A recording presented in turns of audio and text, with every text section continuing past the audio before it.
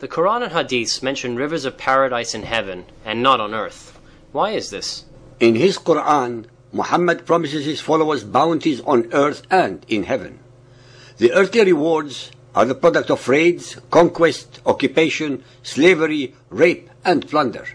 In heaven, there will be unlimited pleasures, both sexual and sensual. In 30 surahs of the Quran, many of these rewards are mentioned. Muhammad was evidently, deliberately, and with aforethought, deceiving and lying to his gullible, unlearned, and superstitious followers when repeatedly describing a paradise that he never visited, as well as arrogating to himself the otherwise divine right of who should or should not be consigned to paradise or to hell. Muhammad's appetite for lust and for plunder was insatiable both physically and intellectually. He was the consummate master at plagiarizing every single precept, concept, thought or idea of judicial, moral, or historical value from the Bible, then perverting and contorting them to fit the mentality of his fellow Arabians. Al-Ra'd 13.35, the parable of the garden which the righteous are promised. Beneath it flows rivers, perpetual is the enjoyment thereof, and the shade therein. Such is the end of the righteous, and the end of the unbelievers is the fire. Al-Zummar 39.20, but it is for those who fear their Lord that lofty mansions one above another have been built. Beneath them flow rivers of delight, such is the promise of Allah. Never doth Allah fail in His promise. Muhammad 47.15, here is a parable of the garden which the righteous are promised. In it are rivers of water incorruptible, rivers of milk of which the taste never changes, rivers of wine, a joy to those who drink, and rivers of honey, pure and clear. In it there are for them all kinds of fruits and grace from their Lord. Can those in such bliss be compared to such as shall dwell forever in the fire and be given to drink boiling water so that it cuts up their bowels to pieces? Our listeners, so-called believers and unbelievers, while Muhammad's Quran prohibits its followers from every imaginable source of pleasure or joy in this life, it promises them the same and more after death. The same wine, khamr, that Muhammad forbade his followers from imbibing on earth, they would have unlimited amounts of it in the afterlife. It should not be much of a surprise then when his fundamentalist, gullible, and indoctrinated believers would blow themselves up, slaughtering innocent so-called unbelievers so that they would attain this eternal bliss.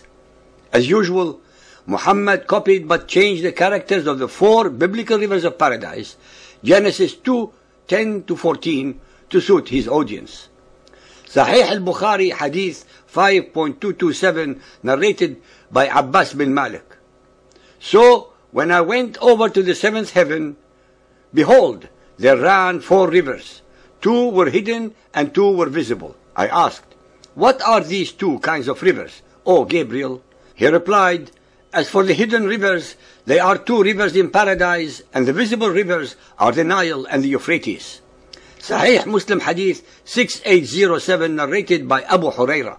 Allah's Apostle said, Sayhan, Jayhan, Euphrates, and Nile are among the rivers of paradise. Now, let us listen to the one and only original version in the Bible. Genesis 2.11. The name of the first river is Pishon, the one that encircles the whole land of Havilah, where the gold is. The name of the second river is Gihon, the one that encircles the whole land of Cush. The name of the third river is Hiddekel, the one that flows towards the east of Assyria. And the fourth river is the Euphrates. This particular hadith is a perverted version of the Bible's Genesis, since the pagan Arabs had no knowledge or concept of the biblical stories or of paradise. Moreover, our listeners should be aware that in Bukhari's version there is no mention of the first 2 rivers, and that in both versions Muhammad asserted that the Nile was one of the rivers, which obviously it was not. So much for the veracities of Muhammad and his Quran. Al-Tirmidhi Hadith 5650, narrated by Hakim ibn Muawiyah. Allah's Messenger said, in paradise there are a great river of water, a great river of honey, a great river of milk, and a great river of wine. Then the smaller river will be divided off. Sunan Abu Dawood 2514, narrated by Abdullah ibn Abbas. The Prophet said, when your brethren were smitten at the battle of Uhud, Allah put their spirit in the crops of green birds which go down to the rivers of paradise, eat its fruit and nestle in lamps of gold in the shade of the throne.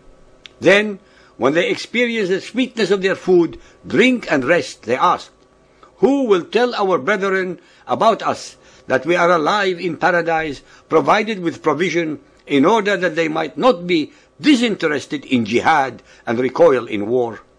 Allah the Most High said, I shall tell them about you. So Allah sent down, and do not consider those who have been killed in Allah's path till the end of the verse.